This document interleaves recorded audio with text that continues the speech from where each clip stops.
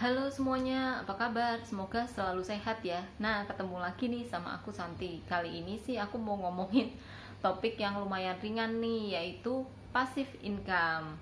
Ya walaupun tidak seringan itu juga gitu ya, tapi ini lebih ringan lah daripada topik investasi yang lainnya gitu. Setelah aku googling-googling belajar sana sini gitu ya, aku bisa merangkum cara kita mendapatkan passive income itu bisa diperoleh dengan 3 hal gitu. Nah, ini mungkin juga akan berguna buat kalian. Oke, tanpa berlama-lama kita langsung bahas aja ketiga hal ini tuh apa ya gitu. Nah, yang pertama itu adalah passive income yang tidak membutuhkan banyak uang dalam kita memperolehnya, tapi membutuhkan banyak waktu. Seperti apa sih misalnya? Jadi seperti misalnya menjadi konten kreator YouTube gitu kan, kita butuh dikenal banyak orang itu lama gitu ya waktunya. Terus misalnya menjadi penulis buku, royaltinya sih lumayan gitu, tapi itu juga untuk mendapatkannya supaya kita bisa terkenal, bisa dikenal oleh pembaca buku itu kan lama ya. Nah, itu adalah jenis passive income atau cara mengumpulkan passive income yang pertama, yaitu kita perlu investasi di waktu, tapi uang yang diperlukan memang tidak banyak gitu. Terus kita lanjut ke yang kedua. Yang kedua ini adalah cara kita mengumpulkan passive income yang membutuhkan lebih banyak uang, tapi waktunya itu lebih sedikit. Seperti apa sih misalnya? Seperti misalnya kita membangun kos-kosan gitu ya. Itu kan kita dapat uang kosan per bulan, itu bisa langsung dalam waktu cepat gitu. Atau kontrakan ya sama aja lah ya, kita dapat uang kontrakan per bulan atau per tahun. Nah, itu contoh passive income yang kedua gitu. Atau apa ya, misalnya deposito juga masuk ke yang kedua ini gitu ya. Misal kita punya uang 1M, 2M atau 5M gitu, terus kita depositoin gitu, dan bunganya kita bisa berasa setiap bulan, bisa kita buat hidup gitu. Misal dapat 5 juta, nah itu udah model passive income yang kedua gitu. Jadi passive income yang kedua itu kuncinya kita tuh butuh banyak uang dulu nih gitu, tapi waktunya cepat. Untuk kalian yang nggak mau lama gitu ya membangun audiens, membangun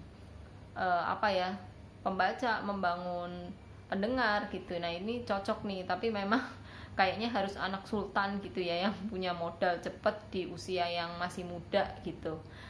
Terus gimana nih caranya untuk kita yang kayaknya kok menjadi YouTuber lama gitu ya, belum apa-apa nanti udah patah semangat dulu gitu.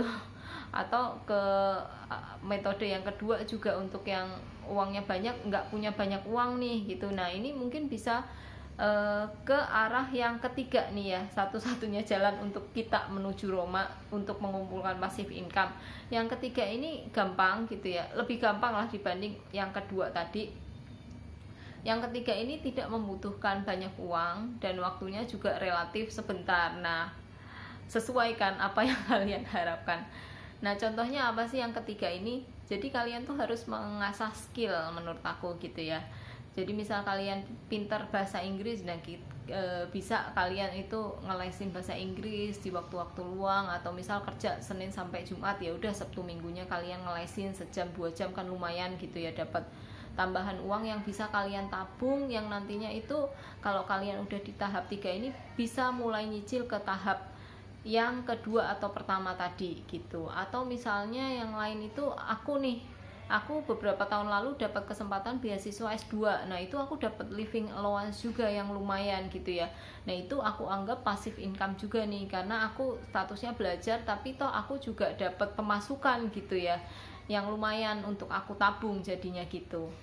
Nah, semoga tips-tipsnya bermanfaat gitu ya untuk kalian mulai bersemangat gitu untuk bisa membangun passive income. Jadi mulailah dulu untuk pemula dari yang ketiga ini, baru nanti setelah uang kita terkumpul gitu ya, kita bisa mulai nyicil ke menyusun atau mengembangkan passive income kita ini yang kedua dan pertama tadi. Nah, kalau ditanya sebenarnya cara mana sih yang paling efektif atau paling menghasilkan? Nah, menurut aku sih kita lebih baik memang punya ketiga-tiganya gitu ya. Tapi karena kadang kan setiap orang itu nggak bisa langsung mewujudkan ketiga-tiganya, ya udah yang bisa kita mulai dulu nih, terutama untuk anak-anak muda, ya dari tahapan yang ketiga dulu gitu ya. Kita membangun skill, kita membangun kemampuan untuk bisa menghasilkan passive income untuk diri kita sendiri dulu, baru nanti kita bisa mengembangkan ke passive income yang lain gitu. Kalau uangnya udah terkumpul kan kita bisa membeli kos-kosan, bisa membeli ruko, bisa membeli kontrakan, ya everything lah yang kalian mau gitu. Oke, sampai sini aja tips-tipsnya, semoga berguna. Sampai ketemu di lain waktu. Dadah.